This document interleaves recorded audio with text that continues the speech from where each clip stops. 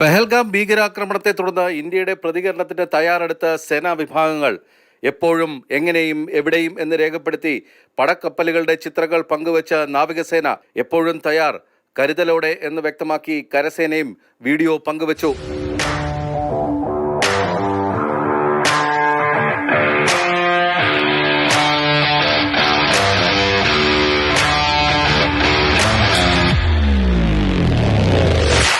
India സാങ്കേതികമായി ശേഖരിച്ച തെളിവുകളും ഇന്റലിജൻസ് റിപ്പോർട്ടുകളുമാണ് ഭീകരരുടെ പാകിസ്ഥാൻ ബന്ധം ബോധ്യപ്പെടുത്താൻ ഇന്ത്യ ഉപയോഗിക്കുന്നത്.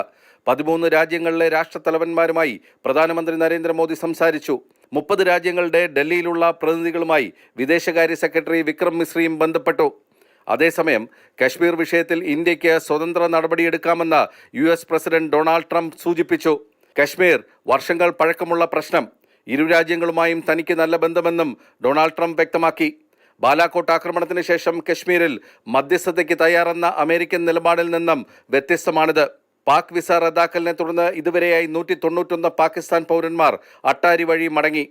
പാകിസ്ഥാനിൽ ഉണ്ടായിരുന്ന 287 ഇന്ത്യക്കാരും മടങ്ങി വന്നുവെന്ന് സർക്കാർ അറിയിച്ചു.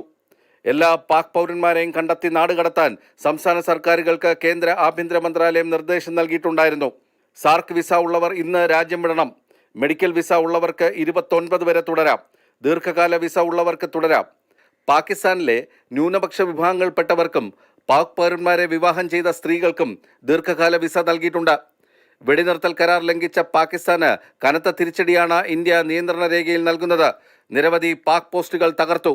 ഭീകരാക്രമണത്തിൽ പങ്കുള്ള 2 തദ്ദേശീയ ഭീകരരുടെ വീടുകളും ഇന്ന് കശ്മീരിൽ തകർത്തിട്ടുണ്ട്. മാതൃഭൂമി ന്യൂസ്, ഡൽഹി.